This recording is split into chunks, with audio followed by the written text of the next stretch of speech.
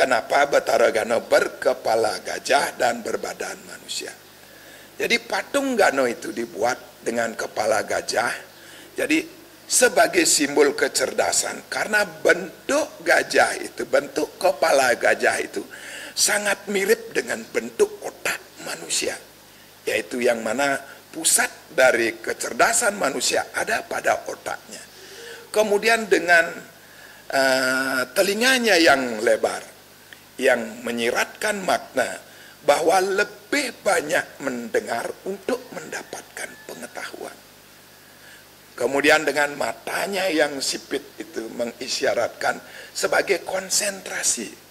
Bila ingin mempelajari pengetahuan, biar cepat kita paham, cepat kita tahu, maka konsentrasi kita harus bagus. Nah, kemudian badan Batara Gana, yaitu ada perutnya yang buncit, itu sebagai simbol Ruwa Bineda. Dan beliau mempunyai tangan 4. Tangan kanan yang di depan itu pada sikap abaya hasta, yaitu memberikan berkat kepada pemujanya. Kemudian tangan kanannya yang di belakang, yaitu membawa kapak sebagai pemotong keterikatan yang ada di dunia ini. Karena dengan keterikatan muncul penderitaan, maka keterikatan itu harus dipotong agar tercapainya kebahagiaan.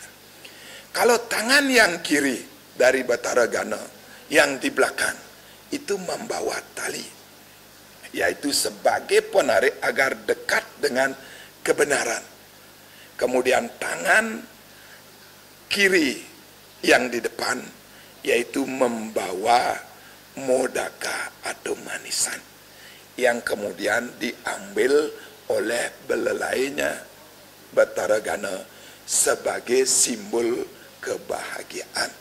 Dengan taring yang salah satunya adalah terpotong seperti cerita yang tadi, karena siung atau taringnya ini dipakai sebagai senjata.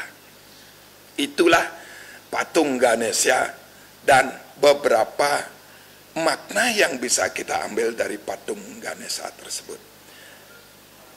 Maka dari itu dengan sastra, dasar sastra dan makna yang ada di patung Ganesha itu, maka umat Hindu di Bali menempatkan patung Ganesha itu pada areal pekarangan dan juga di depan rumahnya.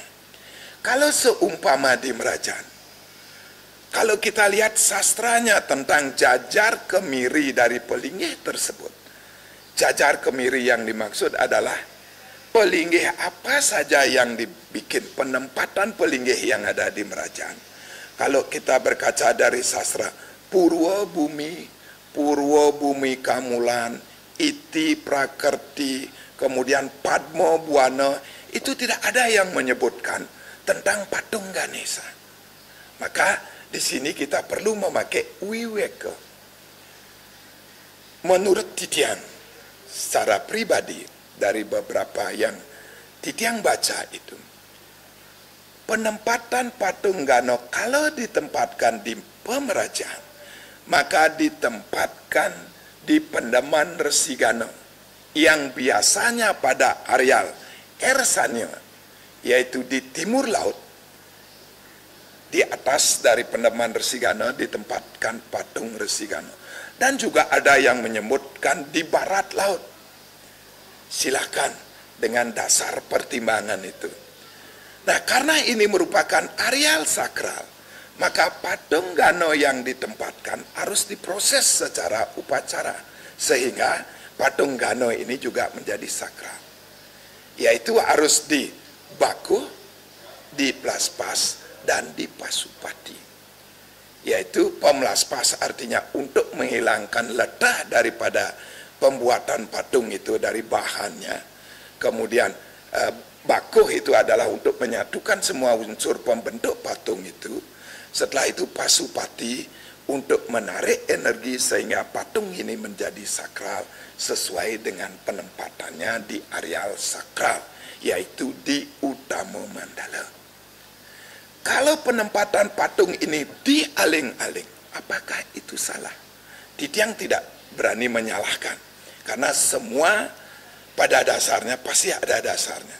Seperti cerita Titiang tadi, beliau sebagai senopati, beliau sebagai pelindung, beliau sebagai penjaga.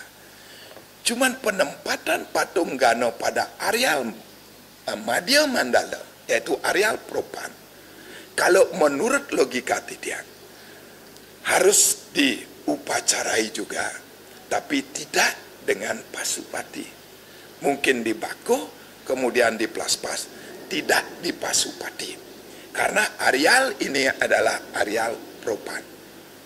Kalau penempatan patung Gano yang di depan pekarangan, di depan tembok depan rumah, itu mungkin memenuhi estetika atau dekorasi. Kalau penempatan patung Gano seperti ini tidak diupacarai, tidak di Bako, tidak di Plaspas, tapi malih di Pasupati, apalagi di Pasupati. Itu kalau menurut logika Titiang, sesuai dengan di mana patung Gano itu ditempatkan. Karena menurut sastra, fungsinya memang benar sebagai penjaga, memang benar sebagai dewa kecerdasan, memang benar sebagai dewa pengetahuan. Ada juga yang menyebutkan sesuai dengan tempatnya, mungkin namanya berbeda. Di awal Titiang sudah katakan Ganesha, ada yang menyebutnya Ganesha, ada yang menyebutnya Ganopati, ada yang menyebutnya Gano Dipo, ada yang menyebutnya sebagai Gajenano, ada yang menyebutnya Wino, dan lain sebagainya. Mungkin saja setiap penempatan ada nama tersendiri. Karena sampai sekarang sastra itu Titiang belum temukan. Nah, semoga dengan adanya acara ini semakin banyak masukan, semakin umat Hindu bisa memahami dan tahu kenapa patung itu ditempatkan. Nah, sebagai kesimpulan, mungkin saja apa yang Titiang katakan ini masih banyak menjadi pertentangan. Ada yang setuju dan ada juga yang tidak setuju. Kalau boleh Titiang sarankan, marilah kita mengambil hikmah daripada patung Ganopati itu, patung Ganesha itu. Titiang sudah sebutkan bahwa semua atribut yang ada pada Betara Gano, pada patung Ganesha itu memiliki makna. Kalau boleh Titiang katakan, beliau disebut sebagai dewa kecerdasan, dewa pengetahuan, dewa pelindung. Di dalam hidup kita, kita perlu pengetahuan, kita perlu kecerdasan. Karena dengan pengetahuan bisa kita menjaga diri kita,